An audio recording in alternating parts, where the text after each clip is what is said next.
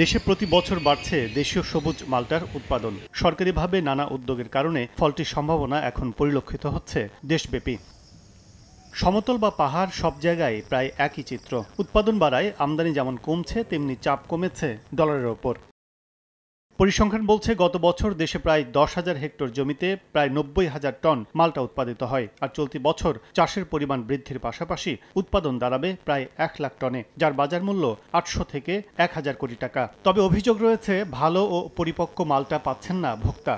ভালো দামের আশায় আগাম সংগ্রহের কারণে অপরিপক্ক শক্ত মাল্টা কিনে প্রতারিত হওয়ার ঘটনাও ঘটছে। এমন অবস্থায় গবেষকরা বলছেন, পরিপক্ক ও স্বাদযুক্ত রসালো মাল্টা পেতে হলে গাছ থেকে মাল্টা সংগ্রহ শুরু করতে হবে সেপ্টেম্বরের মাঝামাঝি থেকে। সেপ্টেম্বর মিডল আমরা বলি অ্যাপ্রোপ্রিয়েট সময়, সেই সময় হারভেস্ট করেন, আপনার ফলনটাও কাঙ্ক্ষিত পরিমাণে হবে এবং এর মিষ্টতাও যথাযথ হবে।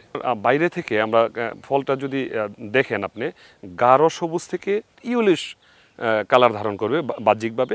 আর আরেকটা ব্যাপার হলো, আপনি ফলটাকে যখন হাতে নেবেন, টেনিস বলের মতো ফলটাকে পাঁচ করলে এটা একটু ভিতরের দিকে নুয়ে যাবে। দ্যাট মিনস এটার ভিতরে পর্যাপ্ত রস হয়েছে। এটার প্রমাণ কি হলো, এটার ভিতরে পর্যাপ্ত রস আছে এবং ওই সময় ফলটা হারভেস্ট করতে হবে।